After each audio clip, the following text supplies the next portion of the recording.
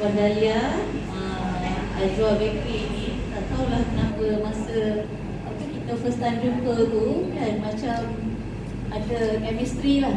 Okay, sebab bila cerita tentang pastries, cake ni kan ramai yang suka manis-manis dan sedap-sedap. So jadi tercipta satu idea untuk bekerjasama. Sebenarnya tak nampaklah lagi jalannya, tapi bila Dahlia cakap nak keluarkan satu kek yang special untuk kolaborasi ni, kami memang sangat-sangat happy. Dan kek ni kat depan ni, dan setiap maknanya setiap orang yang beli, dia makan untuk diri dia kesedapan dan kemanisan tu, dan pada masa yang sama dia sebenarnya turut membantu mereka yang memerlukan. Dalam inisiatif ni adalah kanak-kanak kanser.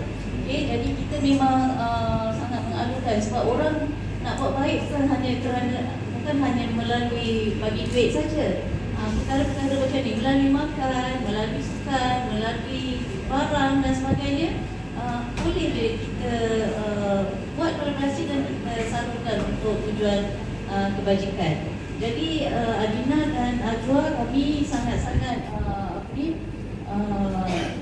mengharapkan anda semua menyokong usaha-usaha ini sebab penerima manfaatnya adalah kanak-kanak kanser. Dan sepanjang dalam bulan ini, kami di Adina telah mendapat beberapa kabaran kita lah yang agak menjejaskan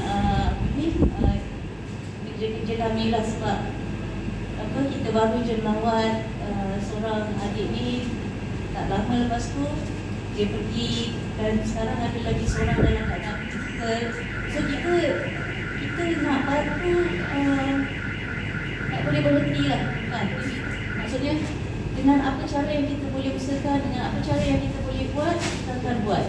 Adina akan bekerjasama dengan sesiapa saja yang sudi bersama-sama, dan kami sangat terima kasih kepada Ajwa Bakery atas inisiatif ini. Dan rasanya itu saja saya nak cakap. Dan kalau ini, saya mohon kepada semua orang untuk sama-sama meraihkan dan membelilah kek yang pasti sedap dari Ajwa Bakery. Mula 1 Oktober sehingga 3 November.